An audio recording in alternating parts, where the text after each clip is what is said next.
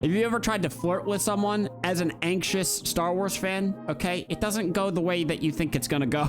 You know, I walk up, I'm like, hey girl, what are you, carbonite? Cause I've been frozen since I first laid eyes on you. Damn, you so hot. You making Tatooine jealous. What are you, a Death Star trench run? Cause this looks like a 1 in a million shot and I'm taking it. At that point, I basically like force leave my body and cease to exist. That's pretty much how that goes. But that's the thing about anxiety, right? Anxiety takes everyday moments, walking into a room, ordering a sandwich, trying to flirt without bringing up sand, okay? I don't like sand. Everything is so much more challenging. So I started looking through the Star Wars universe for help with my anxiety. And there it was, right in front of me. A 70-foot snow camel that sounds like a broken fax machine.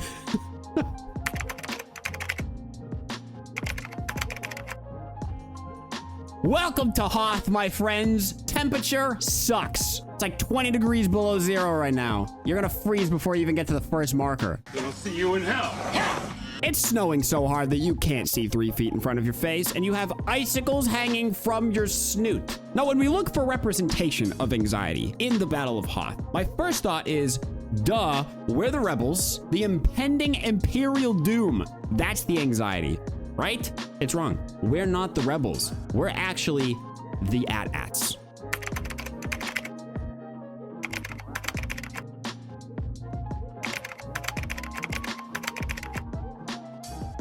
We are a gigantic haunted vending machine, okay? And we get dropped into the middle of a field.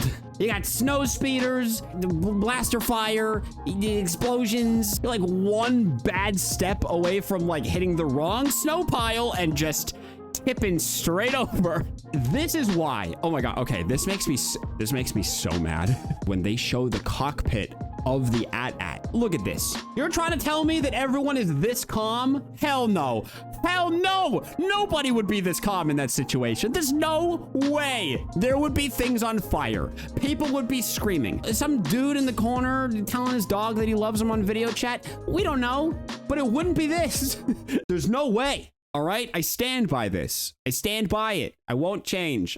You can't make me. All this stuff is happening within the AT-AT's cockpit, but from the outside, from the rebels' perspective, they don't see any of that. They just look at the AT-AT and are like, oh, that is anxiety for a lot of us. Right there. That's it. Our cockpit is literally on fire, okay? We're talking to the dog on the phone. And from the AT-AT's perspective, that matters. Because even with all of that, we're still able to move forward. The AT-AT is able to continue on the mission is because it prepared. Like, what happens if the Empire drops off their army and they don't have a map? Then what? All these planes show up, they're just, oh shit. Anxiety wants us to freeze. It wants us to stop moving. But because we are prepared, we can keep moving even when our brain is telling us not to, right? Because we are just ready for it.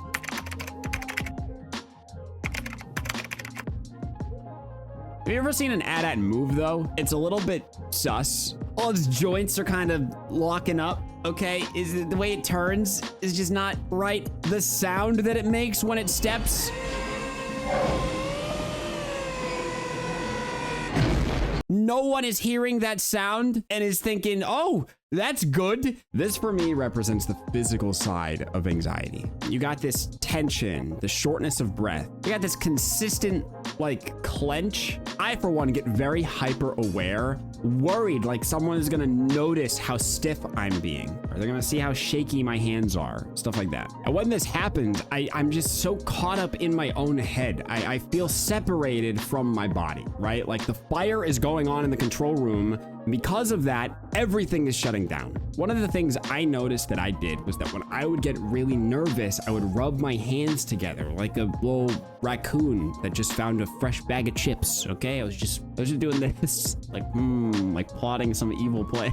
I would use this as a way to kind of bring me out of my own head and bring me into my physical space a little bit more. Does that make sense? Okay, I'm here. Everything's okay. We're fine. And then I could focus on my breathing. I could bring myself to my lungs, which were not being utilized when things were up here. You see? Get the breathing down, bring yourself back into our space. We do that physical check-in, and it would help me. Maybe it will help you too. Like, make it weird, you know? Make it unique. Make it you, okay? When I do this, everyone around me, they're like, what is that dude doing? How about you mind your own business, huh? I'm working through something. How about you leave me alone?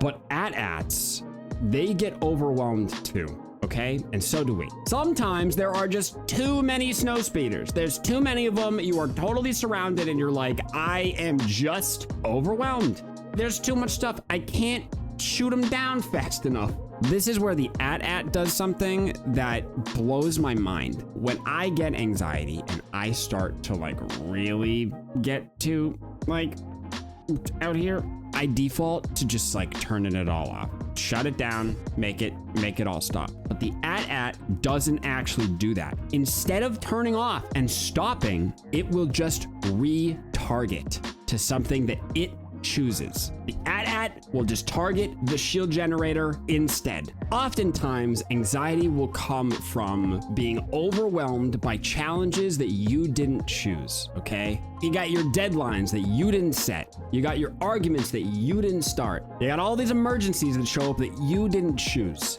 And that is where anxiety comes from. Unexpected challenges. And that's the trouble, is that you can't control the chaos that's put on you. You can't choose how many red dots are going to show up on your mini-map, but you can choose which red dot that you're going to go after. That you can do. This is where the AT-AT just focuses on the shield generator. They're like, this is too much. I'm overwhelmed. So I am just going to retarget on what I know that I can blast, and that is the shield generator. And that is exactly what they do. Retargeting on some new challenge doesn't mean that all of the problems are just going to go away, but it does give you an anchor point. And that anchor point is what will help stop our anxiety spirals. It could be like, I'm going to go do my laundry. I'm going to go wash the dishes. I'm just going to go take a walk. And that will take us out of this like snow speeder everywhere. So next time that you're feeling pretty overwhelmed by stuff, find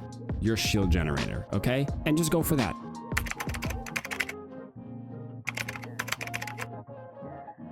From our perspective of the AT-AT, we are faced with an enormous challenge. The window is literally frozen, okay? So all that you can see is straight ahead of you, and it is just a bunch of rebel nonsense. And because of that, it's really easy to forget that if you just like wipe away the ice from the side window, you'll look out and you will notice that there's a bunch of other AT-ATs out there.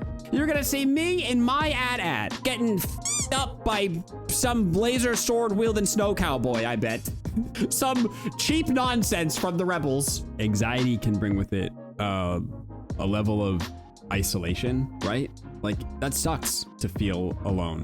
When that happens, for me personally, I feel like I'm the only one feeling those feelings. Like, I am the only anxious one in the room. And because of that, I feel like the feelings that I do have are wrong. I'm the only one having them, so I shouldn't be having them, right? And that just makes it worse. It makes it so much worse. So from one anxiety-fueled AT-AT to another, I am going to write you a permission slip that says that it is okay to feel anxious. And I can do that because I was a teacher. So it's a legitimate permission slip, okay? It's okay to feel the way that you feel. It's not gonna be pleasant, I get that, but it's all right. Sometimes all we need is for someone to walk with us through the snow and tell us that it's going to be okay. So for that, I say that you always have a place here, okay? You always do. You can join the rest of us anxiety-filled at-ats as we also walk with you through the snow,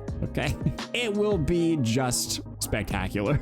And now it's time for the elephant in the room.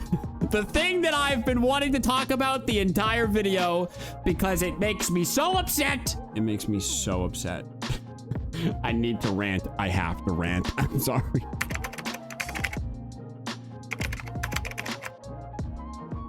Okay, the AT-AT looks like it was built by a young Anakin, okay? It functions, but does it?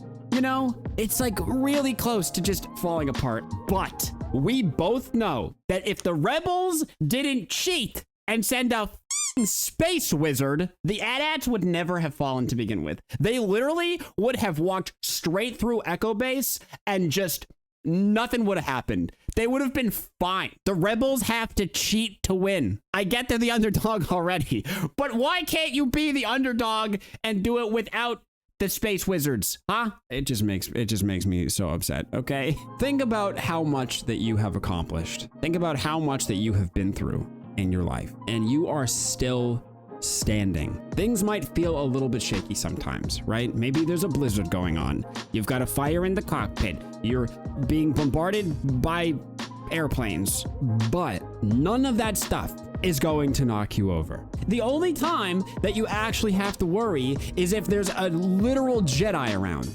okay? And the Jedi are like so rare. I mean, what are the chances, right? Very low since Order 66, super low. The only time I would say that you should be worried is if you're someone who goes to a lot of conventions. If you're someone who goes to a lot of conventions, I would probably be a little bit more careful.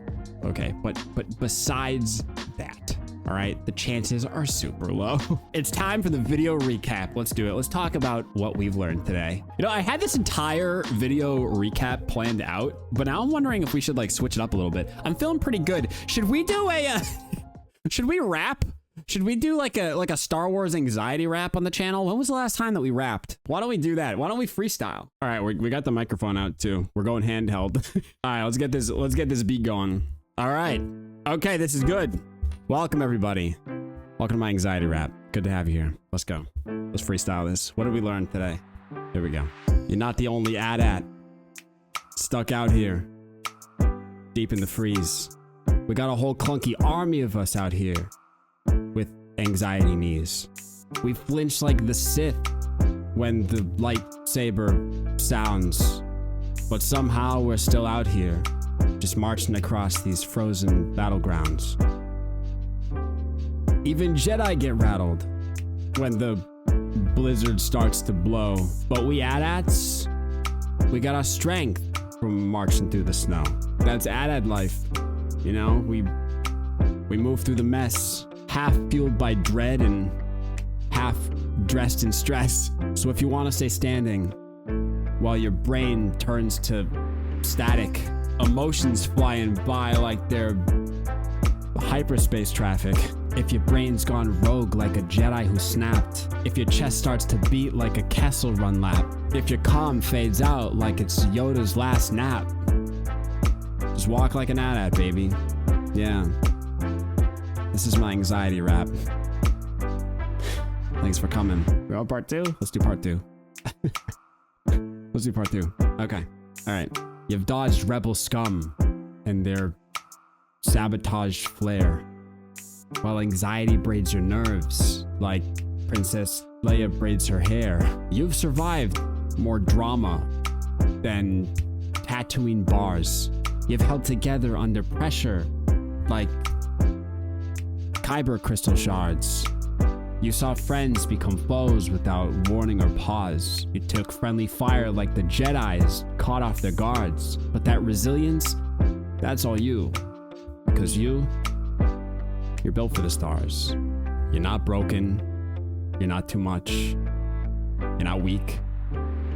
Not out of touch. You're loud. You're alive. I mean, shit, you survived every panic attack that your brain can contrive. You're clumsy. You're wired. But you've done what it takes. And I'm proud of you for stomping. I'm proud of you for making those quakes. You're still here. You're still standing. You're still facing the fight.